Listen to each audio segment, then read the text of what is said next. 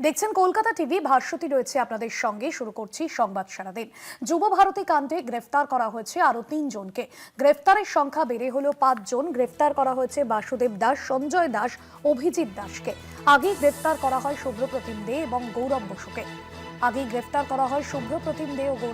গ্রেফতারের সংখ্যা বেড়ে হলো 5। গ্রেফতার করা হয়েছে বাসুদেব, সঞ্জয় এবং অভিজিৎ দাসকে। যুব ভারতী কাণ্ডে গ্রেফতার করা হলো আরো 3 জনকে। গ্রেফতারের সংখ্যা বেড়ে হলো 5। গ্রেফতার বাসুদেব দাস, সঞ্জয় দাস এবং অভিজিৎ দাস।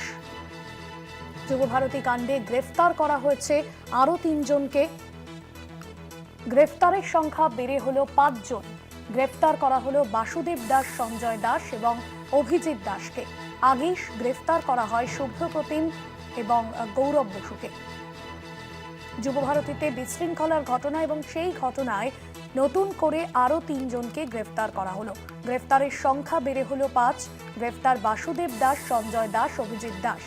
আগেই শুভ্রপ্রতিম দে এবং গৌরব বসুকে গ্রেফতার করা হয়েছিল।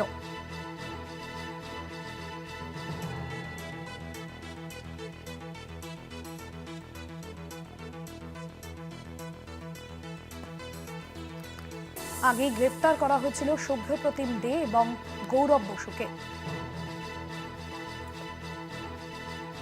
রিয়া মাঝি রয়েছেন আমাদের প্রতিনিধি ফোন লাইনে। রিয়া, কি জানা যাচ্ছে?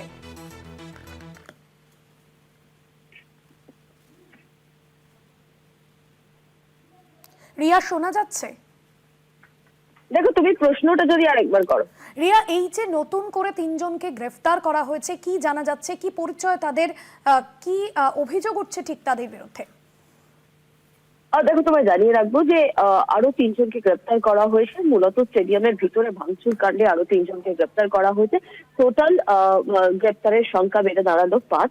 এবং নতুন যাদেরকে গ্রেপ্তার করা হয়েছে বাসুদেব দাস, সঞ্জয় দাস এবং অভিজিৎ দাস। মূলত যে ভাঙচুরের ঘটনা আমরা গত শনিবার দিন দেখেছিলাম, যেখানে স্টেডিয়ামের ভিতরে একাধিক জিনিস, সেখানে যে চেয়ার থেকে আরম্ভ করে যে সমস্ত জিনিস, সেগুলো কার্যত ভাঙচুর করা হয়েছে।